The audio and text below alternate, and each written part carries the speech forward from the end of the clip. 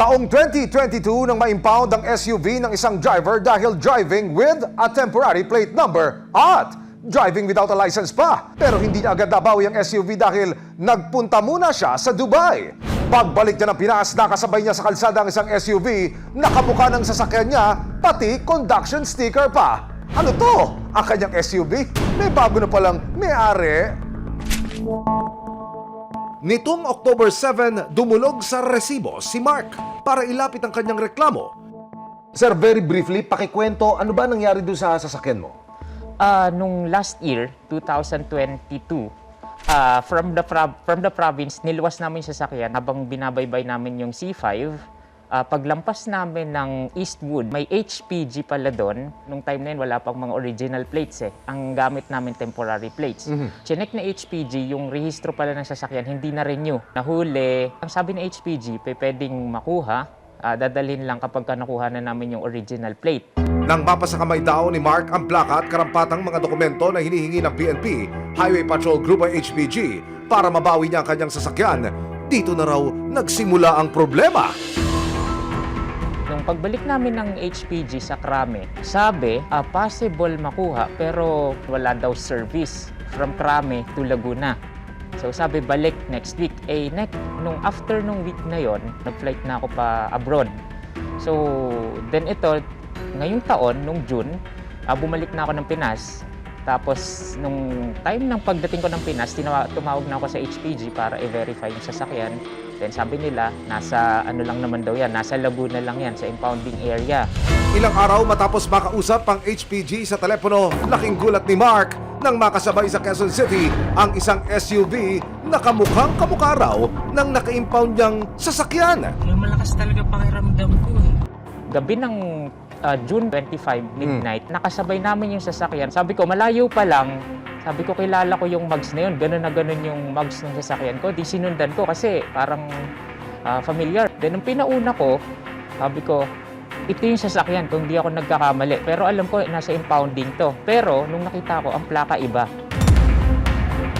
Sabi ko, baka hindi to. Then, nung nakita ko yung sticker, conduction sticker, 1820, sabi ko, ito yun, hindi ako nagkakamali.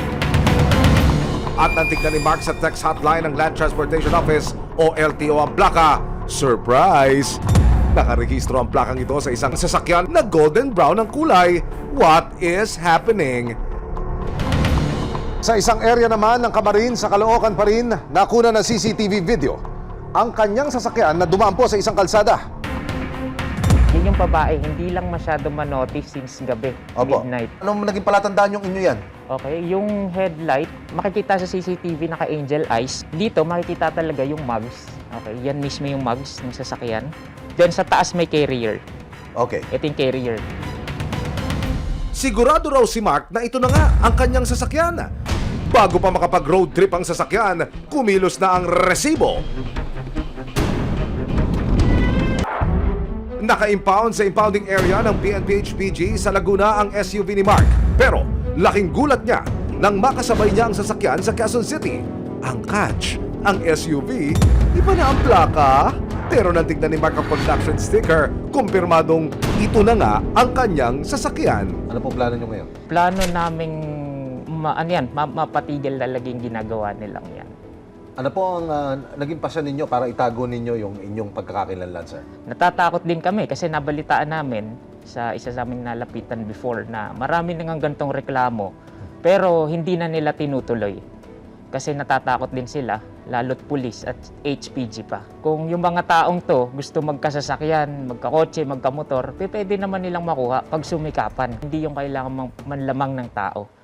Wala nang inaksayang oras ang resibo. Agad kami nakipag-ugnayan sa PNP Integrity Monitoring Enforcement Group o PNP IMEG. Ilang araw makaraang dumulog ni Mark sa ating studio sa resibo. Sinamahan po natin siya dito sa Camp Tagum Diwas, Taguig. Partikular sa tanggapan ng NCR Field Unit ng PNP Integrity Monitoring Enforcement Group para personal na idulog ang kanyang hiniing. Tumawag ako sa HPG, verify ko, sabi nila nasa Laperal daw, sa impounding area daw nila yun. Nung week na dapat kukunin namin, pambihirang pagkakataon, pauwi na kami sa Camarin, nakasabay namin yung kotse. Malayo pa lang, sabi ko, yung mags nung SUV kapareho nung kotse ko. Pagkatapos ng documentation, anong inaasahan ng complainant? Makikipag-coordinate po kami dun sir sa LFU po, sa Propor. In case na wala po dun yung sasakyan sir, yung mga nakapirma dun, pwede po natin sampahan sila ng administrative case. Kung naroon na sasakyan, Tignan po natin kung PNP talaga involved dun sir sa paggamit ng mga sasakyan sir. Bali ma'am, pupunta po tayo ngayon sa Camp Crame po, sa office po ng HPG Limbas para makipag-coordinate at mag-imbestiga. pagdating sa headquarters ng Philippine National Police, agad na nagtungo ang IMEG at Resibo sa tanggapan ng Highway Patrol Grupo HPG. Dito, humarap ang ilan sa matataas na opisyal ng departamento. Agad nilang inalam ang mga detalye ng reklamo at binisita ang impounding area sa Camp Crame. Wala rito ang sasakyan ni Mark. At nang siyasatin ang inventaryo ng mga sasakyan na na-impound ng HPG noong nakarang taon, guess what? Chinek natin dito sa inventory natin. Yung whole July, wala naman kasing naka-impound. Ngayon, we conduct investigations, no? Kasi the Highway Patrol Group hindi tinotolerate na gumamit ng mga impounded vehicle ang mga personnel natin. Linawin ko lang po yung sinabi niyo kanina. Base sa inventory, doon sa nakasaad sa impounding receipt na petsa, wala akong pumasok na ganung sasakyan. Yes, walang nakalagay na naka-impound na ganitong sasakyan. Pero by your system, tumadaan muna talaga ho dito bago dalihin sa Laguna. Yes, kasi dodokumentuhan natin yan eh. Malinaw na hindi pumasok sa database ng HPG ang pagkaka-impound sa sasakyan ni Mark noong nakarang taon. Sinigurado naman ng HPG na tututukan nila ang reklamong ito at pananagutin ang mga sangkot. We conduct inventory sa mga natin, no? At wala naman nagiging problema kasi nakalista naman lahat dito. Ngayon, sabi ko nga, I assure you, papanagutin natin kung sino man itong gumamit nitong sasakyan mo. Kasama ang ilang intel ng HPG at IMEG. Nagtungo ang Resibo sa lateral impounding area ng PNP sa San Pedro, Laguna nang magkaalaman na kung nandito ba o wala ang sasakyan ni Mark. Pagdating sa lote, makikita ang daang-daang impounded na sasakyan, ang iba tila na bulok na at tinubuan na ng mga halaman.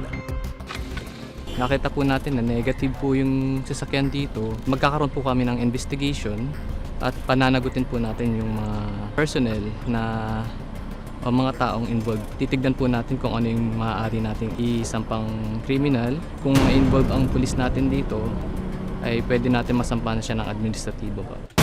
Para malaman kung sino ang mga posibleng persons of interest, tinignan din ng mga otoridad ang logbook ng mga gwardyang nagbabantay sa impounding area.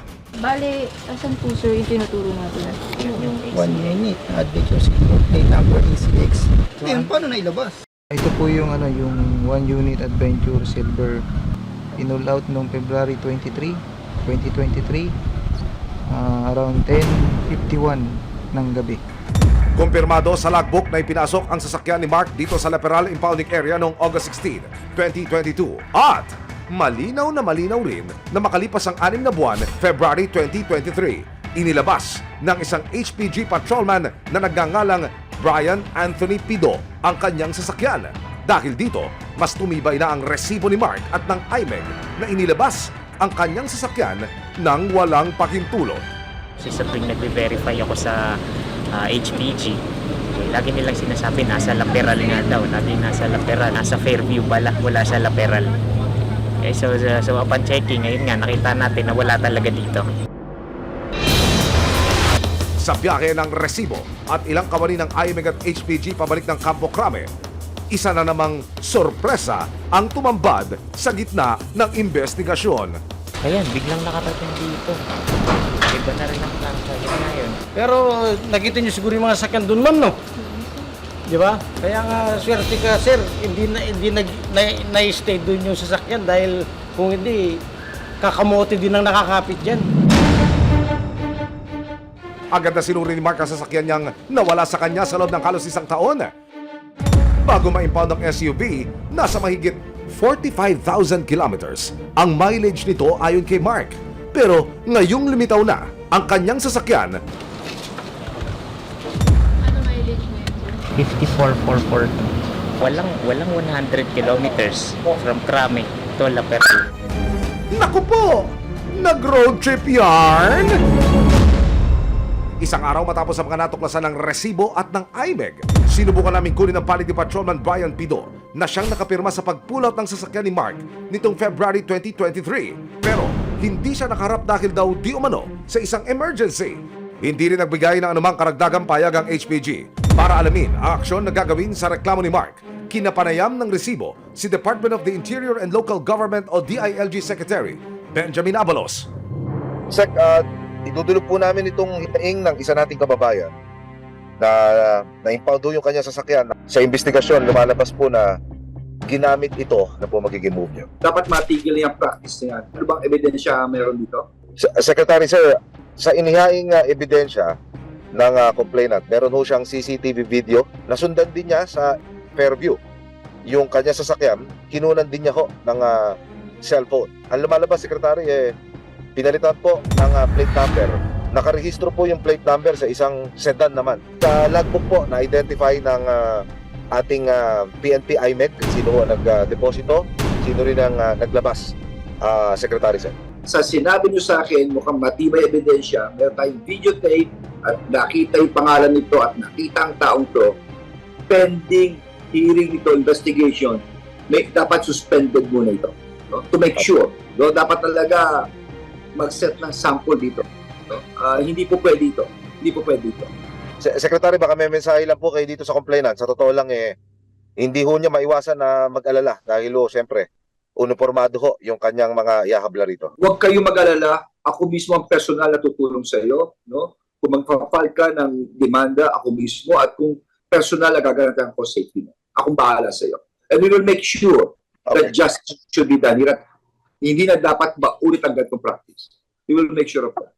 Ayon kay Mark, kahit na lumutang na at nakita na niya ang kanyang sasakyan na matagal na niyang hinahanap, itutuloy pa rin niya ang pagsasampa ng kasong kriminal at administratibo laban kay Patrolman Brian Pido at iba pang lilitaw sa investigasyon na persons of interest. Wala akong balak na iurong yung reklamo o yung kaso against sa kung sino man yung may kasalanan, kung sino man yung sangkot dito. Ang batas ay ginawa para sundin, hindi para labagin. Ayon sa batas, kung sakaling makitaan ng probable cause, posibleng masampahan ng kasong carnapping ang mga sangkot sa pagkawala ng sasakyan.